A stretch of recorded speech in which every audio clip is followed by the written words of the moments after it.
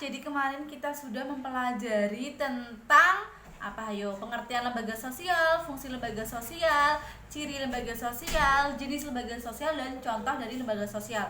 Untuk hari ini kita akan mempelajari tentang pengaruh interaksi sosial terhadap terbentuknya lembaga sosial. Jadi interaksi sosial itu berpengaruh besar terhadap terbentuknya lembaga sosial masyarakat yang bersangkutan. Melalui interaksi sosial ini, manusia saling bekerja sama, menghargai, menghormati, hidup rukun, dan bergotong royong. Nah, inilah sikap-sikap yang mampu menciptakan keteraturan dan ketertiban dalam kehidupan bermasyarakat yang mendorong munculnya lembaga sosial. Dalam rangka memenuhi kebutuhan manusia, harus melakukan interaksi sosial dengan orang lain, baik secara individu, antar individu, ataupun individu dengan kelompok, agar manusia terpenuhi kebutuhan hidupnya serta tertib dan teratur. Maka dalam kegiatan manusia perlu mematuhi aturan-aturan atau norma-norma yang berlaku di masyarakat dalam bentuk lembaga sosial. Nah, apa aja sih contoh dari pengaruh interaksi sosial terhadap terbentuknya lembaga sosial? Contoh yang pertama, ketika kita sedang lapar, maka kita harus memenuhi kebutuhan makan kita. Nah, kita dapat melakukan interaksi antara penjual makanan dan pembeli melalui lembaga sosial seperti pasar, toko, dan supermarket. Yang kedua yaitu pendidikan. Dibutuhkan setiap manusia. Pendidikan biasa terjadi melalui pertemuan antar guru dan siswa di sekolah, di universitas. Nah, ini antara individu dengan individu. Nah, seperti itu.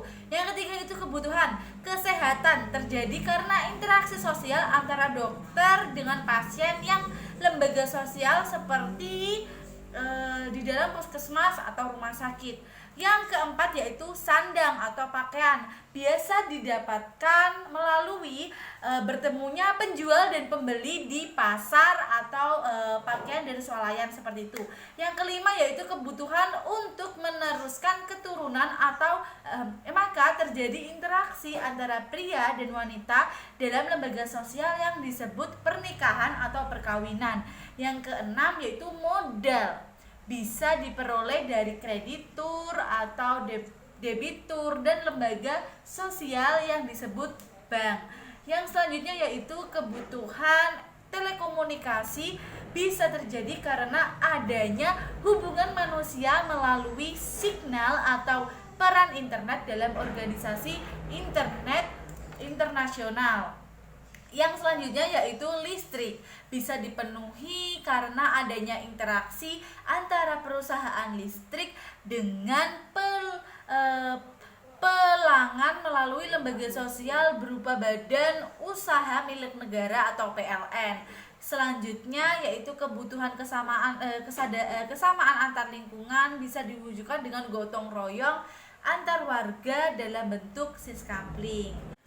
Selanjutnya yaitu air untuk minum, yang kita bisa peroleh dari penyedia air minum dengan konsumen melalui perusahaan PDAM.